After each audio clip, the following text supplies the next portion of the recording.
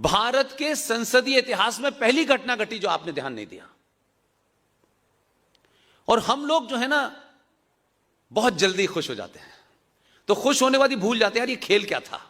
वो तो कहते छोड़ो खेल यार, काम हो गया ना। खेल को समझना जरूरी है, क्योंकि वो आपको खिलाड़ी बनाना चाहता है। उसने तो खेल किया, उसने कहा अपनी अपनी विधानसभा में भी ये खेल कर सकते हो। खेल ये हुआ कि आजाद भारत की पार्लियामेंट में जिस सत्ताधारी पार्टी के पास दोनों सदनों में से एक सदन में बहुमति नहीं था, जिस सदन में पार्टी सत्ताधारी पार्टी का बहुमति नहीं था, उसने कहा इसी में पहले पास कराते हैं। याद आया 370 का प्रस्ताव राज्यसभा में पहले आया। इसलिए देखिए, मैं हिंदुओं की प्रतिक्रिया बता रहा हूं। मैं था वहां, हिंदू मालूम है क्या कह रहे थे? अरे यार देखो यार, ये बेवकूफ बना रहा है। ये सबको पता है कि राज्यसभा में हमारा बहुमत नहीं है। अब ये हिंदुओं के पास जाएंगे, कहेंगे राज्यसभा में हमारा बहुमत नहीं है, अब हमें फिर दोबारा से वोट दो। ये बेवकूफ बना रहे हैं। मैंने कहा थोड़ा सा तहम्मुल से काम लो। तहम्मुल उर्दू का वर्ड है जिसका मतलब होता है सब्र से काम लो। जरा थोड़ी देर के लिए मुंह पे टेप लगा लो। हर वक्त बोलना जरूरी है क्या? 10 मिनट तो समय दो। ये राष्ट्र का मामला है, ये घर का मामला नहीं है। और राज्यसभा में जब घुसे तो बाकी लोगों को समझ नहीं आया कि कहानी क्या है। ये जब तक संसद की पटल पे उसने बोलना नहीं शुरू किया, तब को पता ही नहीं था कि आज का एजेंडा क्या है। पटल पे रखा, बोलना शुरू किया, बोलते बोलते बोलते बोलते पूरी कहानी ही, और उस पर वोटिंग हो गई। तो लोगों ने कहा मैं इसका वो नहीं दिया। उसने जितने पुराने बिल पास हुए थे उन्हीं की नजीर बनाई। उन्होंने कहा फला बिल हुआ था उसमें भी ऐसा नहीं हुआ था, फला बिल पास हुआ था उसमें भी नोटिफिकेशन नहीं दिया था, ये अभी अभी ले लो, पढ़ लो और अभी पास करना है। तो वो जो उल्टे हाथ पे बैठे हुए थे, जो आजकल कुर्ते के ऊपर जनेऊ डाल के घूम रहे हैं, उन्होंने पहली तो उनकी आस्तीन चढ़ाई। उन्होंने कहा आज फंसेगा ये। राज्यसभा में लाया है, यहां तो हमारा बहुमत है। पीछे मुड़ के देखा तो न बहू नजर आ रही थी, न मत नजर आ रहा था। बहुत देर तक भौचक्के रहे, सोचने लगे ये हुआ क्या है। अब ये एक्सेप्ट तो कर लिया था उन्होंने, कहा कि यहां गिरा देंगे हम और मिल्लत इस्लामिया फिर हमारे साथ खड़ी हो जाएगी, हम तो जीत जाएंगे चुनाव। बहुत देर तक पीछे देखते रहे। प्रस्ताव पे वोटिंग हुई, प्रस्ताव पारित हो गया। बाहर निकला, उसे तो मालूम था कि लोकसभा में 303 है, वहां तो कोई माई का लाल चैलेंज करेगा ही नहीं हमें। 24 घंटे तक इस देश में सन्नाटा रहा इस बात के लिए कि ये खेल क्या है भाई। तो मैंने कहा दूरदर्शन में एक सीरियल आता था, उस वक्त जब सीरियल आया था तब शायद ये पैदा नहीं हुआ था। उस सीरियल का नाम था कहां गए वो लोग। 24 घंटे बाद पता चला देश को कि हम समझते थे कि 14 में आपने समझदार भेजा, ये तो उससे भी ज्यादा आ गया।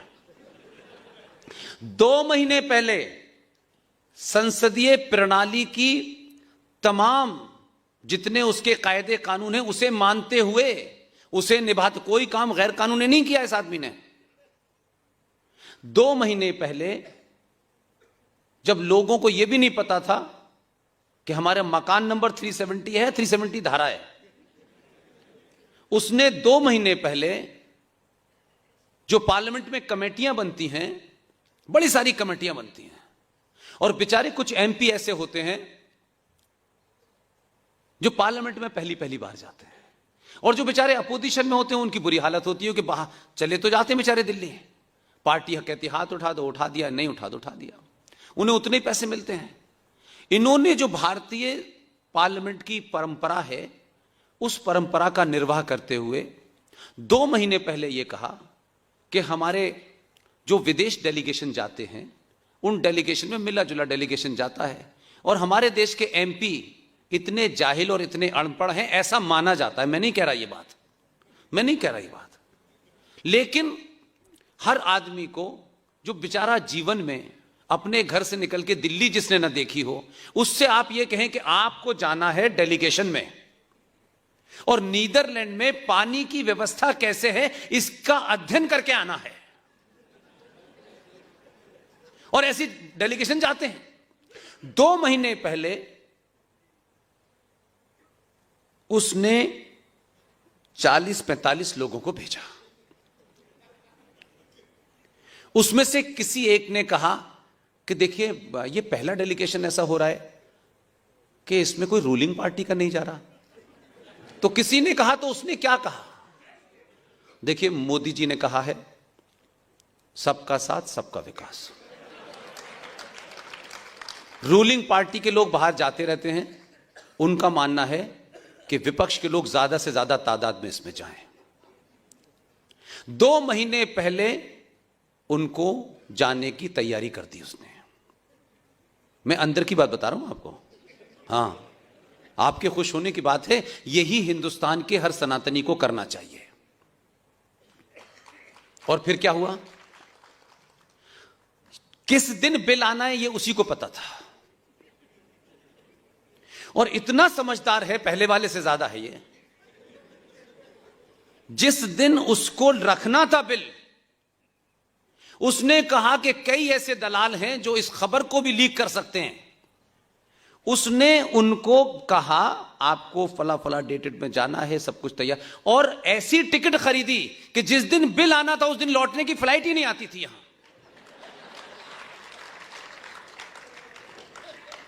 बाद में पता चला कि ये तो क्या हो गया, कहां गए लोग, नीदरलैंड में घूम रहे हैं लोग। तो कोई काम इलीगल नहीं किया, लेकिन ये क्यों करा मैं इसलिए कह रहा हूं, जो मेरा मूट पॉइंट है वो ये है, मूट पॉइंट ये है कि आपने पहली बार याद कीजिए कि भारतीय सनातनी हिंदू ने कभी सनातनी हिंदू होके राष्ट्र की किसी ऐसी समस्या जिससे राष्ट्र मजबूत हो रहा हो कभी वोट दिया था? मेरे 4 MP बन जाएं, मेरी जाति के लोग वो बन जाएं, मेरी जाति का ये बन जाए, मुझे ये मिल जाए। आपने 2014 में जब वोट दिया था तो वोट बाद में दिया था, पहले भारतीय समाज सनातनी हिंदू हो गया था, तब मोदी पैदा हुआ। तो दुनिया ने बहुत सारे आर्टिकल बाहर लिखे, वॉशिंगटन पोस्ट वगैरह में बहुत कुछ लिखा गया। तो यहां के लोग तो यही के अखबार ढंग से नहीं पढ़ते, तो बाहर के क्या पढ़ेंगे? तब भी वॉशिंगटन पोस्ट ने अपने एडिटोरियल में लिखा था, या न्यूयॉर्क टाइम्स, दोनों में से किसी एक ने अपने एडिटोरियल में लिखा।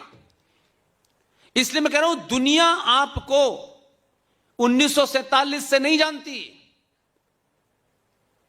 बापू से इस देश को नहीं जानती। दुनिया आपको हजारों साल पुरानी सनातन सभ्यता से जानती है, आचार्य चाणक्य से जानती है, विष्णुगुप्त से जानती है। बापू को हमने, ठीक है, उनकी मार्केटिंग करके जगह जगह खड़ा कर दिया है, वो ठीक है, वो जरूरी है, सबका साथ सबका विकास कहते रहिए, वो एक अलग इशू है। इसलिए मेरा सिर्फ इतना ही कहना है कि जब आप अपने बीच में से ये मैसेज देते हैं, आपने 2 बार सरकार चुनी है, 2 बार चुनी है, मोर और लेस 283 से 303 पहुंचने के उस सफर को सोचिए कि आपने क्या मैसेज दिया है। ये जो आजकल ऊंट की पीठ पे खड़े होकर के सऊदी अरब में खजूर तोड़ने वाले क्यों परेशान हैं? ये इसलिए परेशान नहीं है कि कुछ 2 समझदार लोग भेज दिए आपने, ये बिल्कुल भी एजेंडा नहीं है, बिल्कुल भी ये एजेंडा नहीं है, ये गलतफहमी निकाल दीजिएगा। उनकी प्रॉब्लम यह है कि 700 साल के बाद इस समाज में सच बोलने और सच के साथ खड़े होने की ताकत आ गई है। यह समाज अगर जागृत हो गया, इसी स्पीड में हो गया, तो हम जहां से चले थे हमें वहीं वापस जाना पड़ेगा। तो ये सड़कों पे, ये औरंगजेब रोड, ये शाहजहां रोड, ये जितनी भी चीजें हैं जिसने आपकी हर जनरेशन को ये बताया कि अगर ये आक्रांता थे, सनातनियों के साथ रेप किया, मर्डर किया, इनकी औरतों की मीना बाजार जामा मस्जिद के बाहर 10-10 रुपए और 2-2 रुपए में बोली लगाई, तो फिर इनके नाम क्यों हैं आज? तो फिर ये भारत आजाद कैसे है? आजादी का क्या मतलब है? सड़क पे सोना, कहीं पे खड़े हो जाना, इसके लिए आपने आजादी ली थी? राष्ट्र आजादी अपनी उस सभ्यता को स्थापित करने के लिए लेते हैं, ना कि इसलिए लेते हैं कि आपको छूट मिल गई, आप सड़क पे कहीं साइकिल लगा दीजिए, कहीं खड़े होकर पेशाब करने लगिए। इसके लिए आजादी नहीं मिली थी आपको। लेकिन आप यही आजादी समझ रहे थे कि अब क्या फर्क पड़ता है, अब तो हमारी सरकार आ गई, अब तो हम लूटेंगे, भ्रष्टाचार करेंगे, मसाले में जहर मिलाएंगे, दूध में यूरिया मिलाएंगे। इस काम के लिए आपने ली थी कि आजादी। और फिर आप ये कहते हैं अंग्रेजों का जमाना बहुत अच्छा था। तो आप खुद ये कह रहे हैं कि हम इस लायक ही नहीं हैं कि हम एक देश चला सकें, हम एक समाज चला सकें, क्योंकि हमारे अंदर चोरी भर गई है, हम बगैर रिश्वत के काम ही नहीं करेंगे। तो आप अपने आप को गाली दे रहे हैं ना कि अगर अंग्रेजों का राज अच्छा था और सभी अगर इसमें ईमानदार हैं 90 करोड़ सनातनी, तो फिर दूध में यूरिया कौन मिला रहा है? और अगर किसी को मिलाते हुए देख रहे हैं तो उसकी गर्दन क्यों नहीं पकड़ते आप? उसको एक्सपोज क्यों नहीं करते आप? मकान बनाते में अगर नंबर 2 का सीमेंट लगा रहा है, उसे पकड़ते क्यों नहीं आप? क्योंकि वो हमारा भाई है, हमारी जाति का है, हमारे इलाके का है, कोई बात नहीं।